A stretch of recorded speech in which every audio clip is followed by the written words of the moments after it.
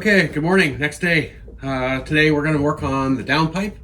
So I have two pieces of stainless steel 3-inch. I picked this up off Amazon. They're about 60 bucks each.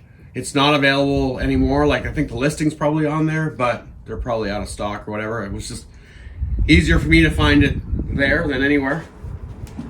And then I also got 3-inch V-band clamps. It comes with a weldable end. So as you can see, has a groove on the inside, which fits exactly down on top of the pipe. So you can weld around the pipe. So I've put one on the back of the turbo right now. So basically we're gonna cut this pipe, try and get it lined up, see what we have for space, make another cut until we get it in a spot where it clears the firewall and clears everywhere that I need to be, and then we'll tack it and then we'll weld it up. Then from the bottom, I have a 3-inch flex joint, which is pretty much mandatory for this application. One, it helps the downpipe line up better, and two, its engine's rocking lots and it needs it to, so it doesn't crack the flanges and stuff. So that's what we're gonna attempt right now. So let's get on it.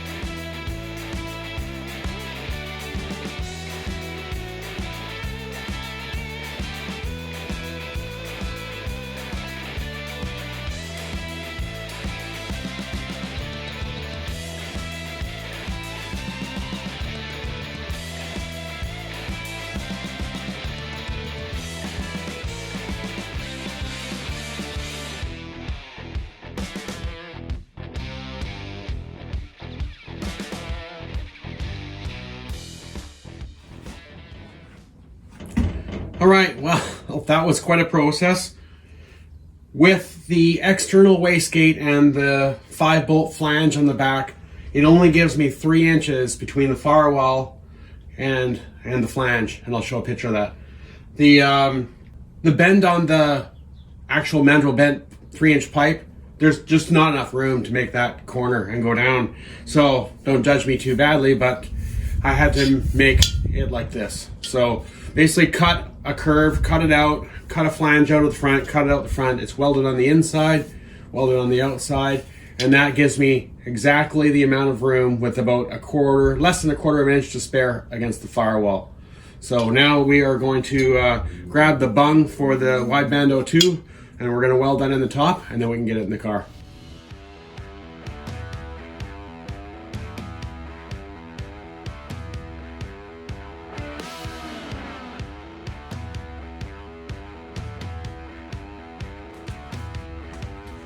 There we go, we've got the bung welded in for the wideband. So if anybody's interested, it's a Vibrant 1188. I got this one from Amazon. You can get it anywhere, Lordco or whatever your parts store happens to be. And then the wideband 02 for the computer will thread into there to reference to the computer. So let's get this installed.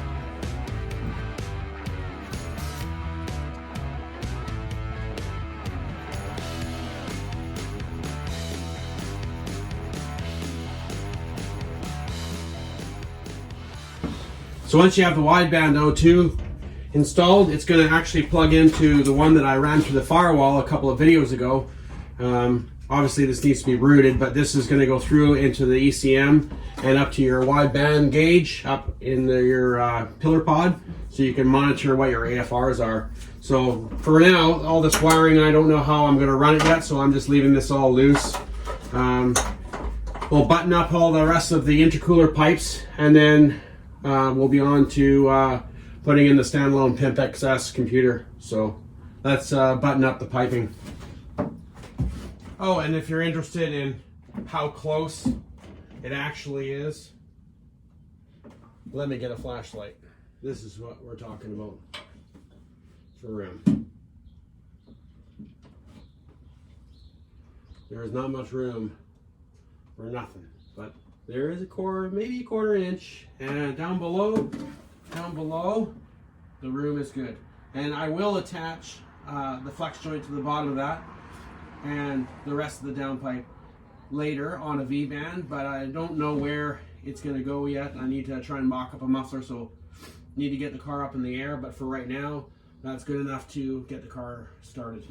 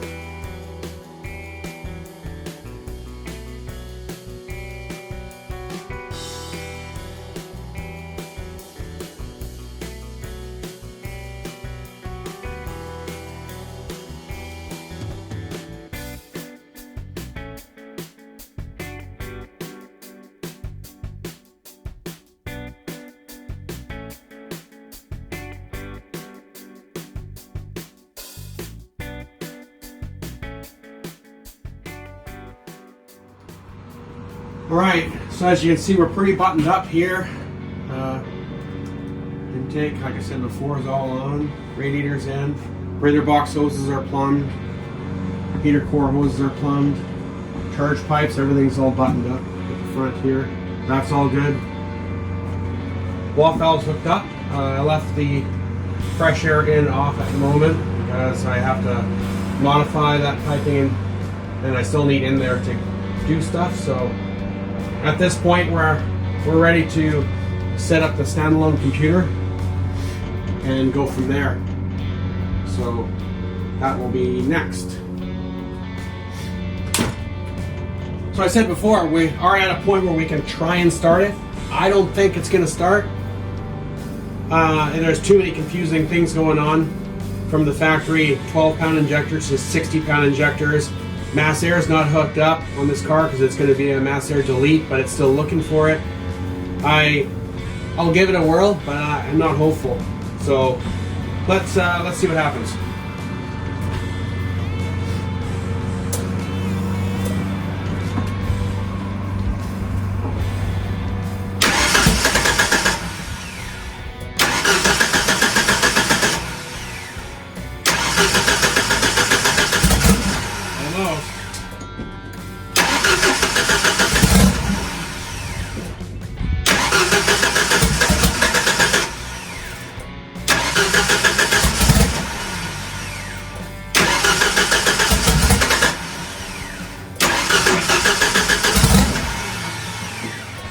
Well, I'm not going to torture it much more.